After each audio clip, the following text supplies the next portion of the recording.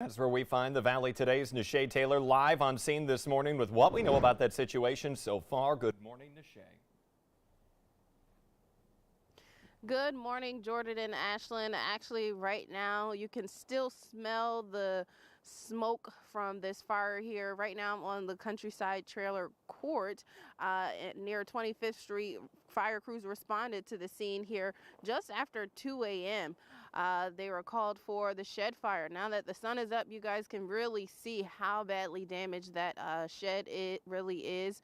Actually, when we spoke with fire crews, they said that they don't believe that as of now, he mentioned he hadn't said that the flames had transitioned to the home, but you can kind of see that it may have. But he also mentioned to us that there was a fire here previously, so they're looking to investigate what may have happened. Also, when we arrived on scene, the West Fargo Fire Department's K-9 unit was on the team, and when I spoke to the Fargo battalion chief, he said that he asked that their arson dog come and investigate. So they're checking to see whether or not this is an arson. When we asked about it, he simply said no comment. So we're still working to learn those details on what exactly happened here. Reporting live in Fargo, Nishay Taylor, Valley News Live. And we'll keep checking up with you throughout the morning here, Nishay, as we learn more information. Thank you. Also on your fast track, Fargo City street crews spent much of the night on the finishing touches along 19th Avenue North. They expect to have it ready for your morning commute later this morning.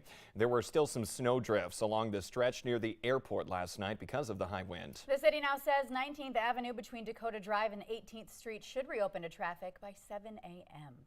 All right, time now for a look at our storm team forecast as we jump on over to a sunny look with Lisa Green. Good morning. Good morning. Yes, we are about to see that sun come up. In fact, sunrise is happening now before the 7 a.m. hour. We've got a few clouds in our view here in Fargo, but some nice breaks allowing that golden glow here this morning. And traffic moving along better in the FM Metro. We're still seeing some snow on the roads and the remnants of what hit us very hard the last couple of days, but we're improving things little by little today. Temperatures a little cold for anybody who needs to get out and do some snow blowing this morning. We're at 17 degrees in Fargo, but check out our feels like or wind chill number. 2. That is it. That's as much as it feels above zero here this morning. We've got that wind out of the west at 15 miles per hour, so it's creating that wind chill factor, but it's lighter than it was yesterday. We're seeing that wind start to come down a little bit more. Still some light drifting. So in just a couple of minutes, sunrise 6:57 this morning, and we'll still get to enjoy that sun all the way up until after 8 o'clock tonight. So we're gaining daylight, even if it doesn't feel like we are making those inroads heading into the warmer season. Now, looking at Grand Forks, more cloud cover overhead. This is an area where we've seen some flakes still passing by overnight last night and early this morning. It's 19 degrees right now with overcast conditions being reported at the airport. Wind northwesterly at 14 miles per hour. And it feels colder there too. 6 degrees, your current wind chill. And a look at your radar. Most areas looking much quieter. There's just a couple of flakes going by. If you're up by Lake of the Woods, the Badette area, the Roseau area, back over toward the Red Lake region too, that's where we're most likely to see another passing snow shower. It would be very light, or some flurries still going on here for today. A little more cloud cover there too, and that's where the wind is, and that's because that's where it's closer to this departing low. So it's going to take a little bit longer for those areas to clear out and quiet down, but overall much quieter compared to yesterday. And we're looking at temperatures ranging from some teens this morning to some upper 20s this afternoon, a high of about 29 degrees in Fargo. Average high is 49, so 20 degrees colder, and the wind continues to decrease through the day today, so starting to really improve things for cleanup. Now, taking a look ahead to our holiday weekend, we've got some pretty decent weather coming up compared to where we've been. Friday, I want to mention, you see those flakes there. We're going to be seeing that a slight chance for some light snow for the Friday morning drive. It'd be a quick shot, but it may be just enough to cause some issues. So we're going to keep an eye out for that. We'll be tracking it on the Valley today for you tomorrow morning.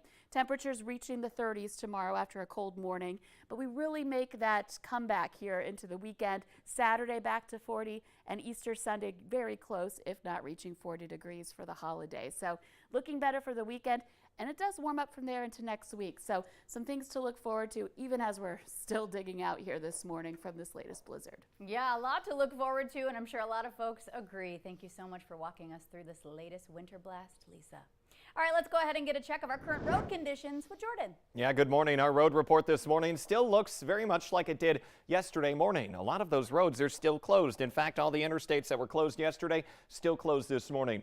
Officials with the Highway Patrol say that do not expect these roads to open until at least 9 o'clock this morning, and that's at the potentially earliest hour, so it could even be later than that. So if you need to get to work before 9 and you need to take the interstate, authorities saying that's probably not going to happen this morning. So we're talking again, I-94 from West Fargo to Bismarck closed, I-29 from border to border, South Dakota to Canada still closed. Now a few of these more rural roads in our area have since reopened, but just little snippets of them, not widespread openings so far yet this morning. But of course you see everything shaded in red here. The southeastern portion of North Dakota is where I'm zoomed in on. That means no travel advisory. We head up through the state along I-29, head more up to the Devil's Lake Basin around Grand Forks. Still everything in red this morning, no travel advised, and even Highway 2 from Grand Forks to Devil's Lake still closed. On our map this morning, you see all of these red exclamation points around. Those are traffic incidents or hazards that are being reported on the roads. They could be snow drifts, could be stalled car,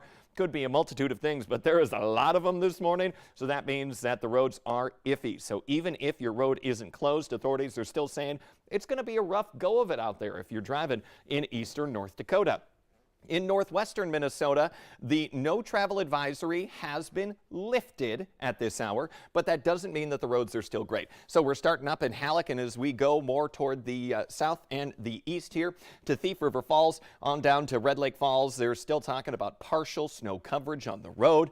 Around East Grand Forks, snow on the roads there as well. And then we head south more toward Lakes Country of Minnesota. Nope, we're getting some crashes here this morning. We have a vehicle that spun out along Highway 10, 6 miles east of Detroit Lakes.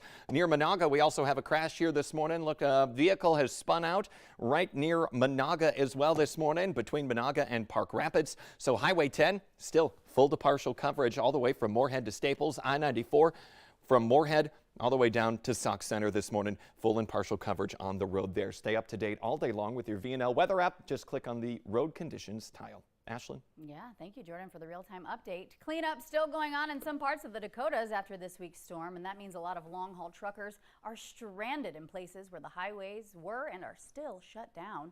Here's a look at one truck stop in Rapid City as drivers wait out the storm cleanup. This is the situation across dozens of towns in our region. When winter weather closes roads, scheduling and drop-off changes have to be made, and trucking companies often have to deal with rescheduling fees as drivers make their way to their destinations. This has become something of an after-Easter tradition in parts of the valley some years, a call to combat against expected spring floodwaters. Cass County now looking for sandbagging help starting this coming Tuesday and going through at least April 19th. The National Weather Service is forecasting this year's flood as something similar to 2011. We'll get new information from them today, but at this point, many locations have more than a 50% chance of seeing moderate to major flooding. So that's why Cass County officials are asking for volunteers to help fill those sandbags again next week. The operations start Tuesday and will continue through Wednesday, April 19th at the Cass County Highway Department in West Fargo. Now take a look at this. You may have noticed something similar in your own yard. We all have trouble finding a place for all of this snow accumulation. Yeah, Fargo City crews are struggling with that issue as well. They've unloaded tens of thousands of trucks at what's referred to as Mount Fargo this season. It's now about 70 feet tall. However, they say they can't get to it anymore because the road going up to it is too muddy and the trucks can't get through. So now crews are hauling snow to two different locations, one at 44th Avenue South and 45th Street, and then another one at 3rd Avenue South around those neck of the woods. However, those are filling up fast as well. And we all need it during this winter. The award for Best Sense of Humor now goes to the Stutzman County Emergency Manager, Andrew Kirking. He's been brightening the mood on the county's Facebook page all winter long. Well, now that we're into spring. Yeah. And the posts include funny stickman drawings. He's only famous on Facebook as of now, but we're hearing that Kirking is toying with the idea of starting a TikTok account too to really, add the pizzazz. Yeah, talk about some fun Pictionary right there. You got to figure out what winter weather advisory is based off of that. Yeah, Anyway. fun game of charades. Yeah, thank you for joining us here this morning. Yeah, see you next time, everybody. Take care.